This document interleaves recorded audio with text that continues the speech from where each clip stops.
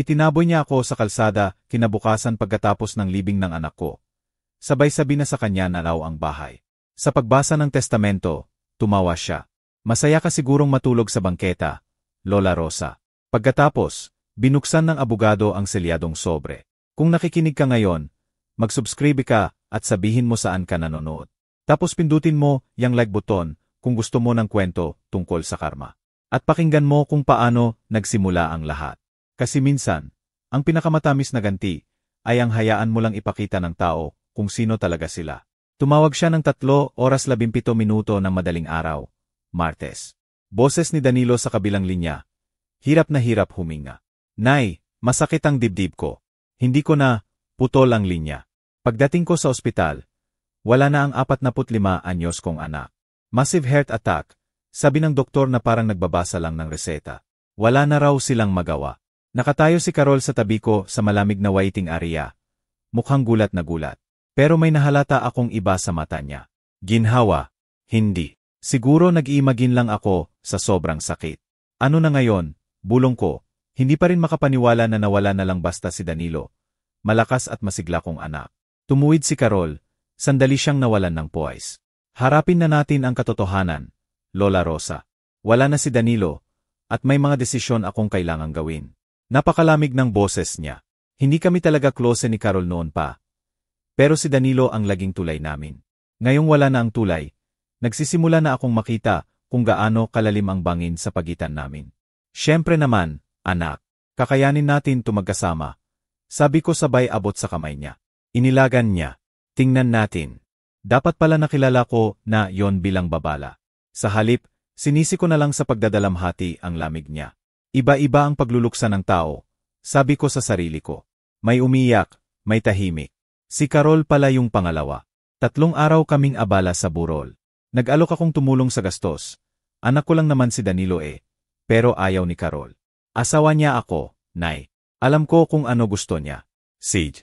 Ako naman, nagsulat ng eulogy, tumawag sa mga kamag-anak, pinilit na buuin ang sarili ko. Sa 67 anyos ko, nailibing ko na ang magulang ko at asawa ko. Pero iba ang mamatayan ng anak. Gabi bago ang libing, nakaupo ako sa dating kwarto ni Danilo noong bata pa siya sa bahay nila ni Carol. Nakatingin ako sa mga nakabalandra sa dresser. Graduation ni Danilo sa kolehiyo. Kasal nila ni Carol. Hawak ni Danilo ang pamangkin niya noong nakaraang Pasko. Wala man lang litrato namin ni Danilo nitong mga huling taon. Tinanggal pala ni Carol isa-isa. Napagtanto ko. Kailan pa yon nangyari? May kumatok. Si Carol sa pinto, hindi na itinago ang mapagkalkulan niyang tingin. Kailangan nating mag-usap, Lola Rosa. Maganda ang libing. Aminin ko, magaling si Carol doon. Magaganda ang bulaklak. Paborito ni Danilo ang mga awitin sa simbahan. At perpekto ang salo-salo pagkatapos. Ang hindi maganda ay panoorin ang hipag kong umarte bilang balo habang nagsasabi ng, mag-move on na tayo. Bagong kabanata. Nakatayo ako sa pila ng pakikiramay nang marinig ko, si Carol, na nakikipag-usap sa kapatid niya sa likod ng mga bulaklak. Yung life insurance pa lang, sapat na pambayad ng bahay sa loob ng 2 taon, bulong niya. At kung wala na yung dagdag gastusin. Anong dagdag gastusin? Tanong ng kapatid niya. Si Lola Rosa. Tumawa si Carol na matinis. Hindi na problema yon. Bahala siya sa buhay niya tulad ng ibang matanda. Nanlamig ang dugo ko.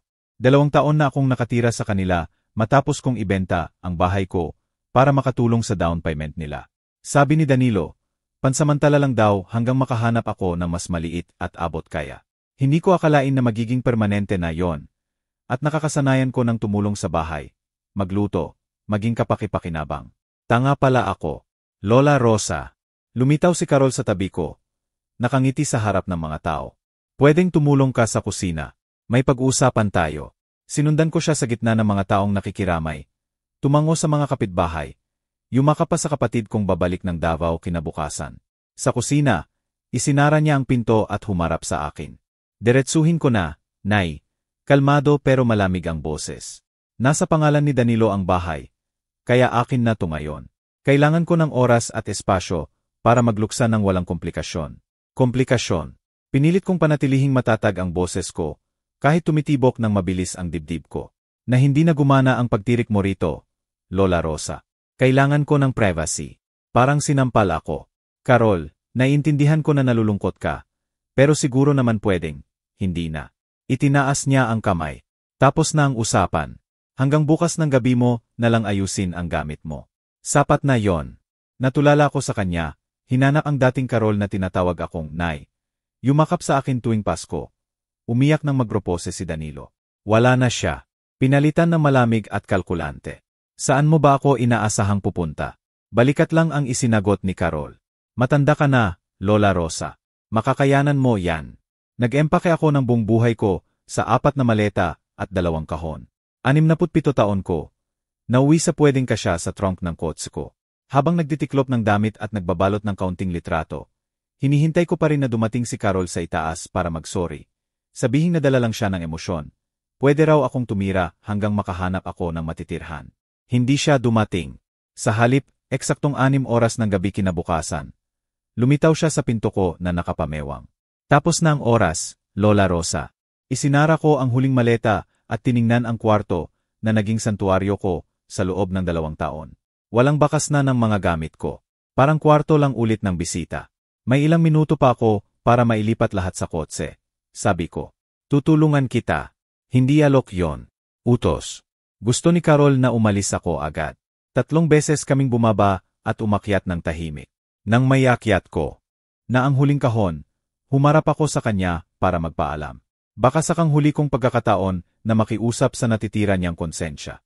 Alam kong galit ka sa akin, kahit hindi ko alam kung bakit. Tahimik kong sabi. Sana malaman ko kung ano kasalanan ko para maayos ko. Hindi man lang bumaliktad ang mukha ni Carol. Wala kang kasalanan, Lola Rosa. Nasa buhay ko ka lang, sa bahay ko, sa paraan ko. Naawa lang si Danilo sa'yo, pero hindi ako. Napakapait ng katotohanan, pero mas malinaw kaysa sa mga paimbabaw na sinasabi niya noon. Ganon. Sumakay ako sa kotse at binaba ang salamin. Pwede bang malaman ko kung may formal reading ng testamento ni Danilo? Siguro may iniwan naman siya sa akin. Bakit ka pa mag-aasam? Tunay na nagtataka ang boses ni Carol. Hindi naman ikaw ang asawa niya. At hindi ka naman nag-ambag kahit kailan sa bahay. Napangiti ako sa irony. Yung 2 milyon na ibinigay ko para sa down payment. Mukhang nakalimutan niya o kaya ay kumbinsido na siya na gift yon. Siyempre, sabi ko. Tanga ko namang umasa. Umalis ako nang hindi lumingon. Diretso sa Red Doors sa may Commonwealth Avenue. Pinakamalapit at pinakaabot kaya habang nag-iisip ako ng susunod na gagawin. Sa rearview mirror, nakita ko si Carol na nakatayo pa sa driveway hanggang mawala ako sa paningin.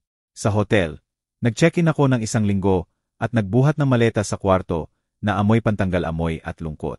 Naupo ako sa makaluma na bedsheet at tinitigan ang sarili ko sa salamin sa ibabaw ng drawer. Sino tong matandang nakatingin sa akin? Biyuda, walang anak, walang bahay, at mukhang walang kwenta sa mata na lang ng natitira kong pamilya. Pero habang nakaupo ako sa malamig na kwarto na yon, may umahon sa dibdib ko na hindi inaasahan. Hindi puro lungkot. May mas matulis, parang excitement. Akala ni Carol panalo na siya, na matagumpay niyang naitaboy ang biyenan na abala lang. Hindi niya alam na mas mabuting anak si Danilo kaysa inakala niya. Makalawa na linggo ko sa hotel. Saktong nag-aalala na ako sa natitira kong ipon.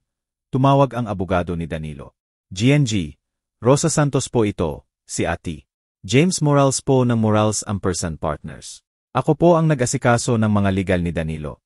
Ati, naalala ko po kayo nung house closing nila Danilo at Carol. Tumatawag po ako para ipaalam na tapos na ang probate at may formal reading ng last will ni Danilo sa Martes. 2 AM sa opisina ko.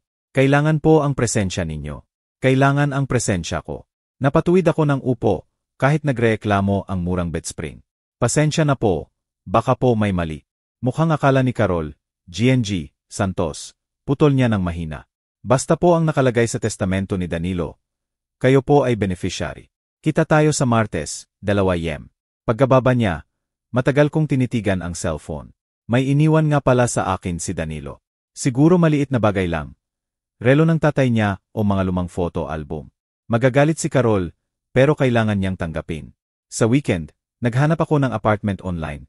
Mga senior homes at maliit na 1-bedroom sa Quezon City na kasya sa budget ko.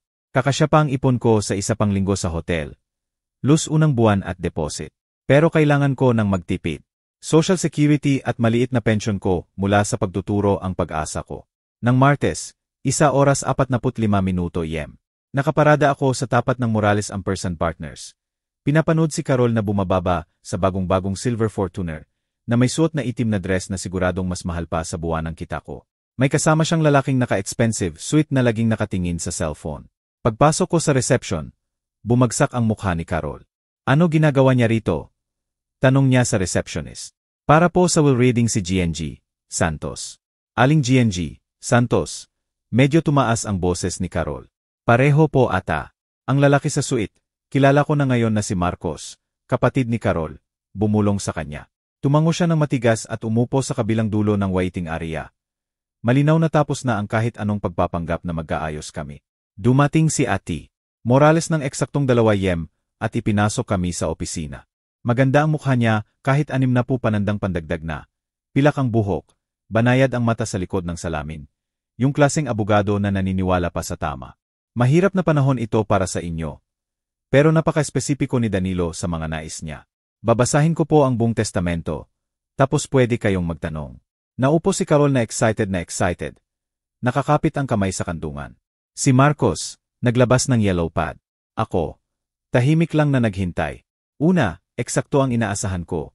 Kay Kaol ang bahay sa Quezon City, mga sasakyan, retirement accounts ni Danilo, at life insurance. Tumango-tango siya sa bawat item. Paminsan-minsan titingin sa akin na parang panalo na siya. Tapos bahagyang nagbago ang tono ni Ati Morales, alam kong may darating na importante. May isang huling probisyon na idinagdag ni Danilo, 3 buwan lang ang nakakalipas. Nag-scrunch ang hangin sa kwarto. Tumigil sa pagdango si Carol, nakatutok ang mata. Ibinalik ni Marcos ang ballpen, at napahawak ako ng hininga. Linawin ni Ati Morales ang lalamunan. Sa aking ina, Rosa Santos, na nagbigay ng down payment para sa bahay namin at hindi kailanman humingi ng bayad. Ipinamamana ko ang laman ng safety deposit box, E3, E7 sa Metrobank Commonwealth Branch, kasama ang lahat ng dokumento at account info na naroon. Anong safety deposit box? Matinis ang boses ni Carol. Hindi niya binanggit sa akin yan. Pribado po yata niya yon, sagot ng abogado. Malinaw na sa ina niya lang mapupunta ang laman. Gaya rin ako ng gulat ni Carol. Pero iba ang dahilan. Kahit sa akin, hindi binanggit ni Danilo na may ganon. Ano naman ang laman nun? Tanong ni Marcos. Wala po akong alam, sagot ng abogado ng tapat. Basta't ibinigay niya ang bank info at malinaw na kay GNG Santos lang mapupunta. Namula si Carol sa galit. Kailangang i-contest ito. Kung may halaga man yan, dapat parte ng estate. Pwede ninyo namang subukan. Mahinahon ang abogado. Pero malinaw na malinaw ang probisyon at nasa tamang pag-iisip si Danilo nang idinagdag niya ito. Ako mismo ang witness. Kailan niya exactly idinagdag yan? Tanong ko ng mahina.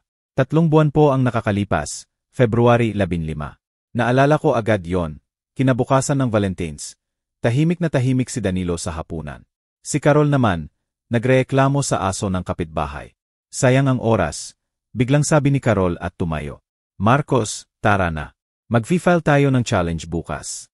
Sandali lang po, sabi ni Ati Morales habang naglalabas ng isa pang dokumento. Bago kayo umalis, may partikular na tagubilin si Danilo para sa ina niya tungkol sa laman ng box. GNG Santos, gusto niya po na ma-access ninyo ito sa loob ng ilang araw pagkatapos ng bank paperwork. Inabutan niya ako ng selyadong sobre. Nandito po ang bank docs at susi niya. Kailangan po ng death certificate at mga papel. Mga 3 araw po. Nakatingin si Carol sa sobre ko na parang lawin na nakakita ng daga. Sasama ako sa banko. Hindi po pwede, sabi ng abogado. Restricted lang po kay GNG Rosa Santos ang access. Bank policy po. Lechi, bulong ni Carol. Paano natin malalaman kung may laman talaga, yan o sentimental junk lang? Tumayo ako, hawak ang sobre. Malalaman natin next week. Paglabas namin, nararamdaman ko ang titig ni Carol sa likod ko. Sa parking, hinintay niya ako sa tabi ng kotse ko. Lola Rosa, maging reasonable naman tayo. Kahati-hati na lang kung ano man ang laman niyan. Gusto ni Danilo na makinabang din ang asawa niya. Ngayon lang ulit ako ngumiti mula nang mamatay si Danilo. Kahapon lang, malinaw na wala akong matatanggap kay Danilo. Ngayon naman, gusto mo nang mag-share. Basta, kung ano man yan, akin yon. Malinaw na malinaw ang sinabi ni Danilo. Nawala ang maskara niya. Nakita ko ang totoong Carol. Huwag mo akong kalimutan, Lola Rosa, wala kang bahay. Kailangan mo pa rin ng awa ko. Hinawakan ko ang pinto ng kotse. Sa totoo lang, Carol, wala na akong kailangan sa'yo. Makalipas ang 3 araw, matapos may pasa ang death certificate at matapos ang bank paperwork, nakaharap na ako sa safety deposit box 3,537 sa Metroban. Inaasahan na ako ng bank manager, si GNG Perez. Mukhang na-brief na siya kaya nagbigay ng pakikiramay at personal akong inihatid sa vault. Mas malaki po tong unit nyo, sabi niya habang naglalakad kami. 5 taon na po tong nirenta ng anak ninyo at madalas po siyang pumunta. 5 taon. 5 taon nang nagpaplano si Danilo. Gamit ang 2 susi, nahugot namin ang malaking bots, kasing laki ng briefcase at mabigat. Kung kailangan niyo po ng oras, nandito lang ako, sabi ni GNG Perez at iniwan ako sa maliit na viewing room. Mag-isa, binuksan ko ang takip. Una kong nakita, sulat na nakapangalan sa akin. Sulat kamay na pamilyar ni Danilo. Nanginginig ang kamay ko habang binubuksan. Nay, kung nababasa mo to, wala na ako. At malamang, ipinakita na ni Carol kung sino talaga siya. Pasensya ka na, pero hindi ako nagulat. Matagal ko nang alam kung anong klaseng tao ang pinakasalan ko. At naghanda na ako. Binigay mo sa amin ang 2 milyon para sa down payment. Akala mo loan yon kahit hindi mo hiniling ibalik. 5 taon ko tong pinatubo, dinagdagan kahit papaano. Hindi lang to bayad, ito na ang naging bunga ng maingat na pag-i-invest. Ibinaba ko ang sulat na nanginginig ang kamay at tiningnan ang mga dokumento sa ilalim. Bank statements, investment portfolios, account numbers. Tiningnan ko ang balanse, 1,250,000 sa iba't ibang investment accounts, lahat nakapangalan sa akin. Binasa ko ulit ang sulat ni Danilo, hindi makapaniwala. Napansin ko rin na sinasabi ni Carol sa iba na wala kang ambag sa bahay. Hindi niya sinasabi na buong 2 taon. Automatikong nababayaran ang mortgage mula sa sweldo ko. Lahat ng pera mo, napunta sa investment para sa future mo. May folder na label na dokumentasyon. Lahat ng email, text, komento niya tungkol sa'yo, nandito. Dapat malaman mo kung anong klaseng tao ang kasama natin sa bahay. Halos manlabo ang mata ko habang binubuklat ang folder. Mga printout ng email, screenshot ng text, pati resibo ng credit card, ebidensya ng ilang taong panlilinlang. Ang huling talata ang nagpaiyak sa akin. Mas marami ka pang karapat-dapat kaysa sa ginawa niya sa'yo. Kunin mo tong pera at bumuo ka ng buhay na hindi ka na ulit magiging pabigat kahit kanino. At Nay, huwag mo munang sabihin kay Carol hanggat hindi ka paligtas sa kanya. Mahal na mahal kita, Danilo. Halos 1 oras akong nandoon, binabasa ang lahat. Paglabas ko, malinaw na malinaw sa akin kung gaano na kami nila Danilo niloloko ni Carol sa loob ng maraming taon. Tinulungan ako ni GNG Perez na ilipat ang mga dokumento sa malaking envelope at ipinaliwanag kung paano i-access ang mga account. Habang papunta sa kots ko, tumawag si Carol. Nay, kumain ka na ba? Punta ka rito. Mag-usap tayo tungkol sa nakita mo sa bots. Ngumiti ako sa salamin ng kotse. Salamat, Carol. Darating ako ng 12 yen. Panahon na para malaman ni Carol na minsan. Ang mga taong hinuhusgahan mo ang siyang magbibigay sa iyo ng pinakamalaking leksyon. Dumating ako sa bahay niya. Bahay na niya ngayon, ng eksaktong 12 yen. May dala akong maliit na gift bag at poker face. Binuksan niya ang pinto na nakasuot ng flowing white dress na siguradong mas mahal pa sa buwanang hotel ko. Ngiti hanggang tenga, kunyari mainit. Lola Rosa, buti dumating ka. Nagluto ako ng chicken macaroni salad. Paborito mo yan. Nakakatawa kung paano niya naalala ngayon na may gusto siyang kunin. Maganda ang lamesa, mga mamahaling plato mula sa kasal nila, sariwang bulaklak. Talagang nag-effort siya sa pag-arte. Nagbuhos siya ng istia at nagkwento tungkol sa panahon, habang ako tahimik na pinapanood siyang mag-init papunta sa totoong pakay. So, sabi niya sa wakas, naupo ng elegante. Naisip ko kahapon tungkol sa safety deposit box. Nakita mo na ba? Tahimik kong sabi habang umiinom ng istia. Alam kong nag-away tayo. Pero gusto ni Danilo na magkasama pa rin tayo sa panahong ito. Pamilya tayo. Pamilya. Ang sarap pakinggan mula sa bibig ng taong nagtataboy sa akin, kinabukasan pagkatapos ng libing ng asawa niya. Tama ka riyan. Sagot ko ng walang emosyon. Bumukas ang mata ni Carol. Akala siguro nakahanap siya ng butas. Salamat naman at naiintindihan mo. Akala ko magagalit ka kasi mabilis kitang pinaalis. Pero kailangan ko talaga ng space para magluksa. Siyempre, iba-iba ang pagdadalamhati. Exactly. Sumandal siya, excited na. Kaya tungkol sa iniwan sa'yo ni Danilo, pwede nating pagsamahin, yung sa bots at yung life insurance ko. Pwede nating i-invest together. May kilala akong magagaling na financial advisor. Talagang may mga advisor siya. Yung mga tumutulong sa kanya sa mga luho niya. Mabait kang mag-alok, Carol. Pero curious lang ako. Bakit mo inaakala na may halaga ang laman ng bots? Natigilan siya. Kasi pribado kasi si Danilo sa mga ganon. Sigurado akong may dahilan siya kung bakit hiniwalay niya. Pribado. Interesting choice of word. Alam mo na, mga lalaki at pera, hindi lahat sinasabi sa asawa. Ibinaba ko ang tinidor at tumingin ng diretso sa kanya. Sa totoo lang, Carol, alam ni Danilo kung gaano kalaki ang kailangan mong malaman. May kumisla sa mata niya, duda, takot. Ano ba talaga ang nakita mo, Lola Rosa? Malapit na ang oras ng katotohanan. Pero hindi pa ako handa ibigay lahat. Sa halip, inabot ko ang gift bag. May dala ako para sa'yo. Inilabas ko ang maliit na nakabalot na frame. Binuksan niya agad. Litrato ni Danilo noong graduation sa kolehiyo. Medyo lumambot ang mukha niya. Ay, Lola Rosa, salamat. Sa'yo yan. Ikaw naman ang devoted wife niya. Hindi niya pinalampas ang bigat ng salitang devoted. Ano ibig mong sabihin? Wala. Pinupuri ko lang kung gaano mo iningatan ang anak ko. Maingat niyang ibinalik ang frame. Nawawala na ang kunyari matamis na ngiti. Lola Rosa, diretsuhin mo na ako. Ano ang laman ng bots? Ngumiti ako at uminom ulit ng iced tea.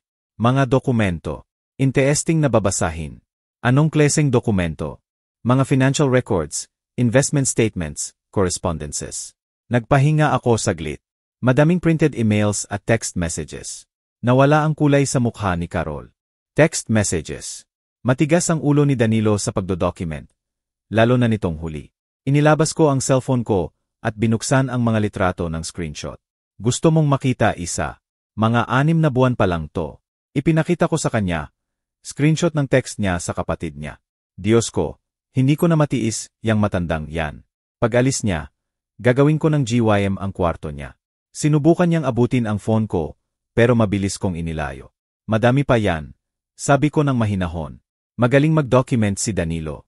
Eto pa isa. Pinapaniwala mo si Danilo na kailangan kong mag-ambag sa bahay. Kahit alam mong automatiko nang nababayaran ang mortgage mula sa sweldo niya.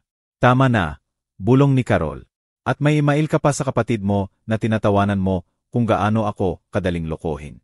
Gaano kadali akong gawing parang pabigat gayong plano mo na akong itaboy pagkamatay ni Danilo.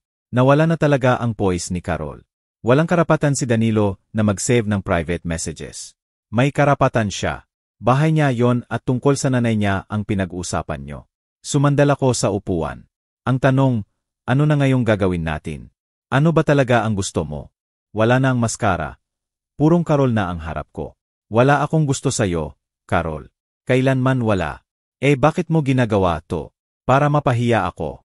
Seryoso kong pinag-isipan ang tanong niya. Tama ka nga. Walang saysay pahiyain ka. Kagagawan mo na yan sa sarili mo. Hindi ko maintindihan. Itinaboy mo ako sa bahay ko kinabukasan pagkatapos ng libing ng anak ko. Sabi mo wala akong kwenta. Naawa lang daw si Danilo sa akin. Wala raw akong ambag sa bahay nyo.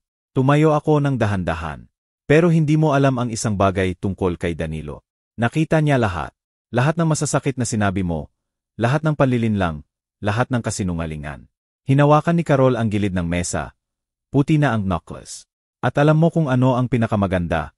Patuloy ko. Idinocument niya lahat, hindi para saktan ka, kundi para protektahan ako. Alam niya na pag wala na siya, ipapakita mo ang tunay mong kulay. Hindi mo mapapatunayan yan sa korte. Korte. Tumawa ako. Nagulat pa ako sa sarili ko. Hindi kita dadalhin sa korte, Carol. Naguluhan siya. Hindi. Bakit ko naman gagawin? Binigay mo na sa akin lahat ng kailangan ko. Inilabas ko ang folder mula sa safety deposit box at inilagay sa gitna namin. Hindi lang screenshot ng text ang iniwan sa akin ni Danilo. 5 taon niyang ebidensya kung paano mo kami niloloko pareho. Nakatingin siya sa folder na parang ahas. Bank statements na nagpapakita na automatiko nang nababayaran ang mortgage mula sa sweldo ni Danilo sa buong panahon kong nakatira sa inyo. Mga email niyo ni Marcos tungkol sa Elinor situation. Mga resibo ng credit card na nagpapakita ng luho habang sinasabi mo kay Danilo na wala raw pambili ng bigas. Humina ang paghinga ni Carol. Nandoon lahat yan. At pati mga email mo sa mga kaibigan mo na tinatawag mo siyang onder at tinatawanan kung gaano kadali kang manipulahin si Danilo para isipin niyang ako ang financial burden. Napatama siya sa upuan. Alam mo kung ano pinaka-interesante sa akin. Binuksan ko ang folder. Itong email thread niyo ni Marcos na nagpaplano na ideklarang hindi na ako mentally competent para ma-access niyo ang pension at SSS ko. Hindi niyo tinuloy. Alam mo bakit? Kasi nalaman ni Danilo at pinrotektahan niya ako. Namutla si Carol. Anong ginawa niya? Wala naman daw akong pera na kailangang protektahan. Di ba? Ngumiti ako ng matamis. Pero ayon sa mga investment statement na to, mukhang marami pala akong ipinoprotekta. Pera na 5 taon niyang pinatubo para sa akin. Hindi pwede yan. Nasa hotel ka pa rin. Nasa hotel ako kasi gusto ko habang nag-iisip ako ng susunod na bahay. Hindi dahil wala akong pera. Tahimik kaming dalawa habang pinoproseso niya. Magkano? Tanong niya sa wakas. Magkano iniwan sa'yo ni Danilo? Isinara ko ang folder at tumayo. Wala ka nang pakialam dun, di ba? Asawa niya ako. May karapatan akong malaman. May karapatan kang malaman kung ano ang iniwan ng asawa mo sa'yo. Ang bahay, mga kotse, life insurance, retirement accounts. Sobra-sobra ka nang nanalo. Tumayo si Carol. Naggalat ang upuan sa sahig. Matandang bruhilda ka. Ninanakaw mo ang para sa akin. Nanakaw. Itinaas ko ang kilay. Paano ko mananakaw kung ibinigay sa akin ng anak ko na may buong karapatan? Asawa niya ako. At alam niya kung anong klaseng asawa ka. Tahimik ang salita, pero mabigat. Gusto niya akong tingnan sa mga bank statement. Gusto mo siguro. Gusto ko nga. Carol, itinaboy mo ako sa bahay mo.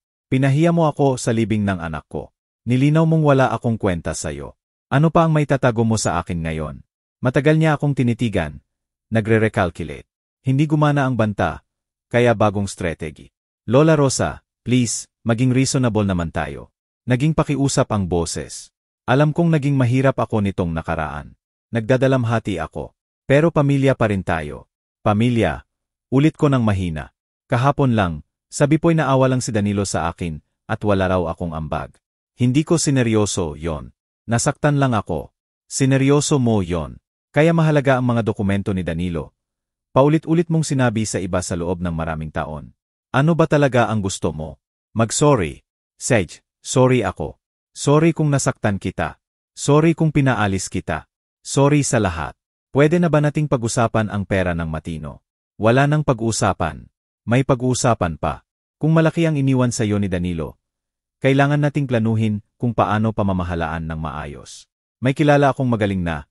Ibig mong sabihin, tutulungan mo akong gastusin. Hindi niya sinagot. Carol, linawin ko lang. Ang perang iniwan sa akin ni Danilo ay hindi mana na biglang dumating. Ito ang 2 milyon na ibinigay ko sa inyo para sa down payment. Plus 5 taon ng maingat na investment. Bumagsak ang panga niya. 2 milyon. Akala mo gift yon. Akala mo ibinigay ko ang buo kong ipon sa mundong ito nang walang balak bayaran.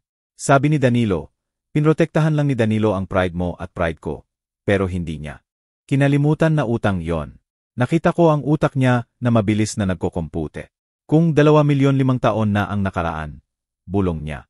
Inilabas ko ang cellphone ko at binuksan ang banking app na tinulungan akong iset up ng bank. Pumuno ang screen sa balanse at ipinakita ko sa kanya. 7,250,000. Namutla si Carol. Hinawakan niya ang mesa para hindi matumba. Hindi pwede. Maingat na investor ang anak mo. At mukhang sobrang motivated siya na siguraduhing may matitira sa nanay niya. Pero halos kasing laki na ng life insurance, yan. Dapat bang parte ng estate, yan at hatiin natin? Dapat. Asawa niya ako. Nanay niya ka lang. Ang kaswal na pang-insulto. Nanay niya ka lang. Parang sinampal ako ulit. Pero sa halip na masaktan, naramdaman ko ang kalinawan. Tama ka, Carol. Nanay niya lang ako. Ang babaeng nanganak sa kanya, nagpalaki, nagpatapos sa kolehiyo, at nagbigay ng down payment sa bahay kung saan mo ako itinaboy na parang basura. Inilagay ko ang bag ko sa balikat. At mukhang sapat na yon para siguraduhin ni Danilo na hindi na ako hihingi ng limos kahit kanino. Sandali, Lola Rosa. Tawag niya habang papunta ako sa pinto. Pwede nating ayusin to. Maayos na usapan lang. Huminto ako sa may pinto at lumingon. Anong ayusin pa natin? Ang pera, ang relasyon natin, lahat, lahat. Alam kong nagkamali ako. Natakot ako sa pera pagkamatay ni Danilo, at sa'yo ko na ilabas. Pero maayos natin to. Siguro natakot ka nga sa pera, mahina kong sabi. Pero hindi sa dahilan na sinasabi mo. Inilabas ko ang huling dokumento na sinav ko. May na-document din si Danilo tungkol sa gastos mo. 750,000 na credit card sa buwan bago siya namatay. Spa, designer clothes, weekend sa Boracay kasama ang kapatid mo. Habang sinasabi mo kay Danilo na wala raw pambili ng ulam. Namutla si Carol. Hindi ka natakot sa pera. Plano mong mabuhay sa life insurance habang itinaboy ang biyenan na makakakontra sa lifestyle mo. Bumagsak si Carol sa upuan. Nawala na ang lakas. Hindi mo alam ang pressure sa akin. Dapat perfect wife ako, perfect hostess, mga kolegi ni Danilo, kapitbahay, pamilya ko. Alam mo ba kung gaano kahirap panindigan ang imahe? Tiningnan ko siyang nakaupo sa designer dress niya, sa magandang bahay, nakapalibot ng luho, nagrereklamo sa hirap ng pagpapangga. Hindi, Carol, hindi ko alam. Kasi abala akong alagaan ang asawa mo, habang abala ka sa paggastos ng pera niya. Mahal ko si Danilo. Mahal mo ang maibibigay sa iyo ni Danilo. Iba yon. Umiyak na siya ng pangit, sinira ang makiup. Hindi ko kaya mawala lahat. Hindi ko kaya bumalik sa wala. Hindi ka naman bumabalik sa wala. May bahay kang kalahating bilyon. May 10M life insurance, retirement accounts. Sapat na yan habang buhay kung pamamalagihin mo. Hindi sapat sa buhay na plano ko. Di mali ang plano mo. Naglakad ako papuntang pinto, at sa pagkakataong to, hindi niya ako pinigilan ng salita. May malambot na tunog sa likod ko. Lumingon ako, nakayuko si Carol, mukhang abo ang mukha, mababaw ang hininga. Akala ko may atake, pero hindi. Talo na talaga. Ang sandali na napagtanto ng tao na nawala na lahat ng akala nilang para sa kanila at wala nang pwedeng gawin. Walang charm, walang pang-aapi. Hindi ko kaya, bulong niya. Hindi ko kaya mawala lahat. Hindi mo naman nawawala lahat, Carol. Nawawala lang sa'yo ang mga bagay na hindi naman talaga sa'yo. Iniwan ko siya sa magarang dining room niya, kasamang wedding china niya, at buhay na maingat niyang itinayo. At lumabas ako sa sikat ng araw ng bagong simula ko. Minsan, ang pinakamabuting ganti ay hindi ganti. Minsan, hustisya lang na dumating sa tamang oras. At minsan, kung swerte ka talaga, kasama pa nito ang malaking bank account at ang kalaman na ang anak na pinalaki mo ay naging eksakto ang lalaking inasam mo. Inalagaan ako ni Danilo kahit wala na siya, tulad ng pangako niya noon. Kahit mula sa kabilang buhay, tinupad ng anak ko ang salita niya. At yon pa rin, higit sa anumang halaga ng pera, ang pinakamalaking regalo na maibibigay niya sa akin. Salamat sa pakikinig. Huwag kalimutang mag-subscribe at i-share ang kwento mo sa comments. Mahalaga ang boses mo.